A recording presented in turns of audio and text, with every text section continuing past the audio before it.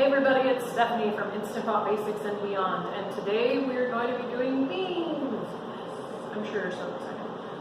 At my house, they're called squished beans. Most people probably know them as refried beans, but we are going to head and give that a go. So obviously we all have the pot for being instant, right? And what better thing to do than dry beans? Because we all know that dry beans take forever. Not only do you have to remember to soak them overnight, but then they just take forever to cook. So today we're going to make dry beans in about an hour, and you don't have to remember to soak them overnight. So let's get started.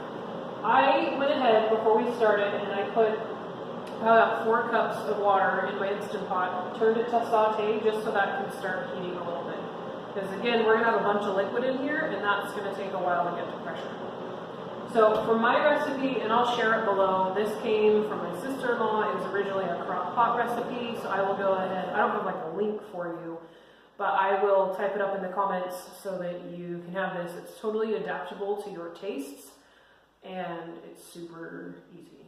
So we are going to start with 3 cups of dried beans. I just have plain pinto beans that I've gone ahead and rinsed, sorted through.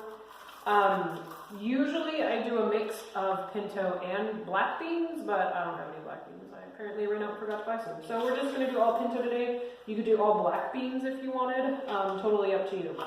So rinsed, sorted. We don't have any rocks or dirt in there. And they're just going to go in the pot. You don't have to start your water ahead of time. If you've got all day, then don't worry about it. The next thing we're going to put in there is an onion. Cut in half. So I just trim the top. You want to keep the root intact, so don't cut the whole root off, because that just kind of helps hold the onion together while it's cooking, because we're going to pull the onion out at the end. But you want to trim the root off, because you don't really want all the root and stuff in there, and then just cut it in half. We're going to go ahead and peel the skin off.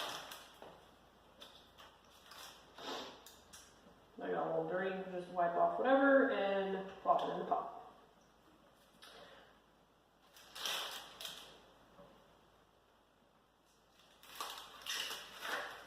Next, we are going to put in a couple of cloves of garlic. I've been making these for years. Sorry if this is really good. And I used to go to the effort of mincing my garlic, and I was like, oh, it's smashed anyway, what's the point? So I take my knife, give it a whack. Please be careful. Flat, stable surface, palm of your hand. What that does is makes it so that the paper will just fall right off, and then we're just going to stick those in.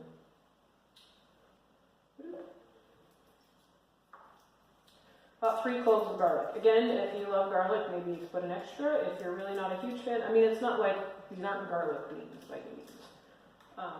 So in that goes. I'm going to just leave my mess there. Okay, the only things I season them with salt, chili powder, cumin. I like cumin. I think it's good stuff. So I put in probably a good tablespoon to 2 tablespoons of cumin. Calls for about a tablespoon of salt. I forgot my measuring spoon, so we'll just eyeball that. And then the original recipe calls for 3 tablespoons of chili powder. I have found this particular chili powder to be incredibly spicy. My kids are wimps. My boy, who this is his favorite food, does not like anything spicy. So I put in maybe a tablespoon of chili powder.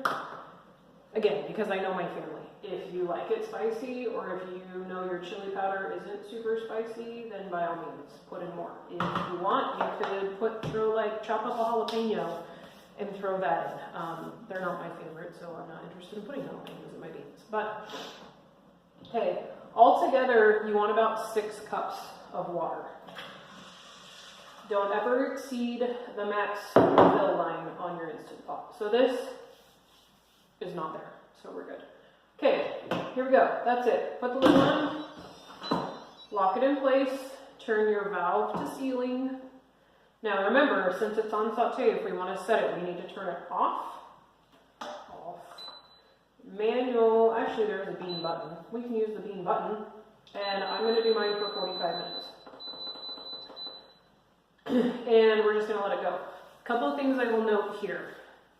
I know my beans are a little bit older, so I'm gonna set it for 45 minutes. If you have beans you're just buying straight from the grocery store, I do 40 minutes for pinto beans. Black beans may not take as long. You could maybe get away with between 35 and 40 minutes, but you want them cooked and you don't really want to have to go through the hassle of, oh, they're almost done but not quite, and like bring it back up to pressure and cook it for an extra 5 minutes. So all that being said, I probably still would stick with like 40 to 45 minutes.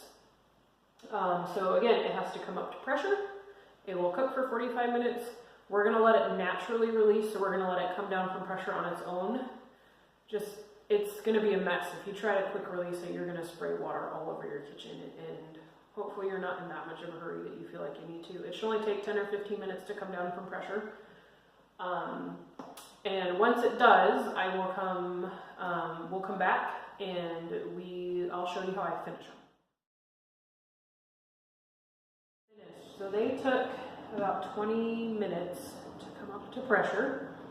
And again, I had kind of started warming ahead of time. If you think about it, you've got all this liquid that's got to get hot and come to a boil before it's going to come to pressure, so it's going to take a while.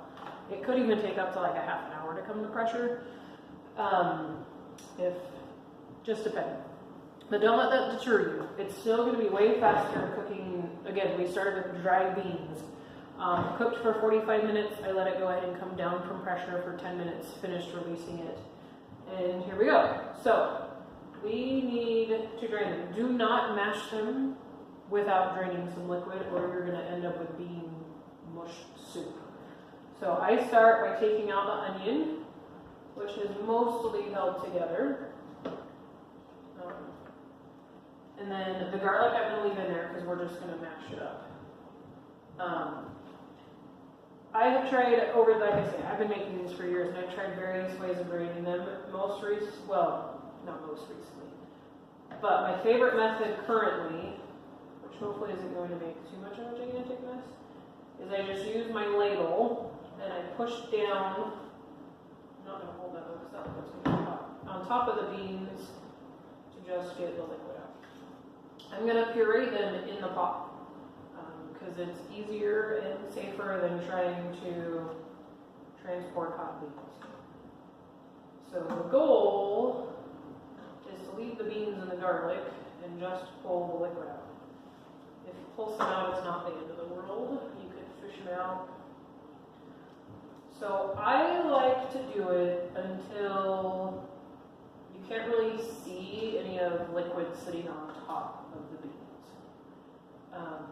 You can always add liquid back in. In fact, I probably will as I'm mashing them. But you can't take more liquid out once you start mashing them. So err on the side of taking too much out, and then you can add more back, or we'll add more back as we go. Okay. So I'm going to set this aside. Remember, that's like super hot liquid, so please be careful. This is also super hot, but I'm going to pull this out and show you. As I pull it, you can see, but I don't know a good way to show this to you. I don't know if I put it down. But as the beans are sitting there, they look kind of dry. You don't really see anything on. I used to mash beans with my potato masher, and then one day I was like, why don't I use my immersion blender? Because that's a smart thing. So I just stick this in here and go to town with my immersion blender. You can use a potato masher. If you wanted, you could transfer them to a blender.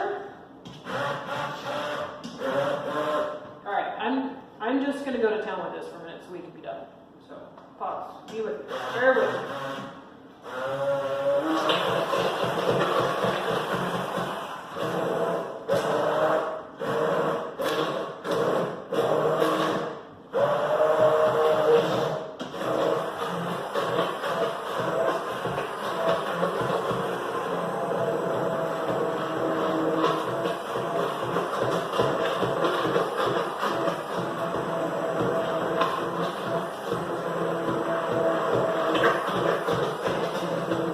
Okay, done. So fast, right? So fast. Okay, take that out.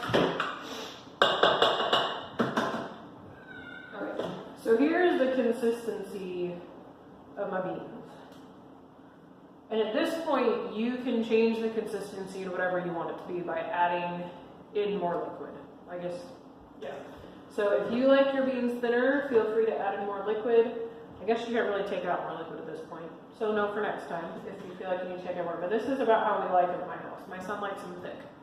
And this is one of the few foods that he really enjoys eating. So I kind of just make it to his liking and everybody else just gets to deal with it.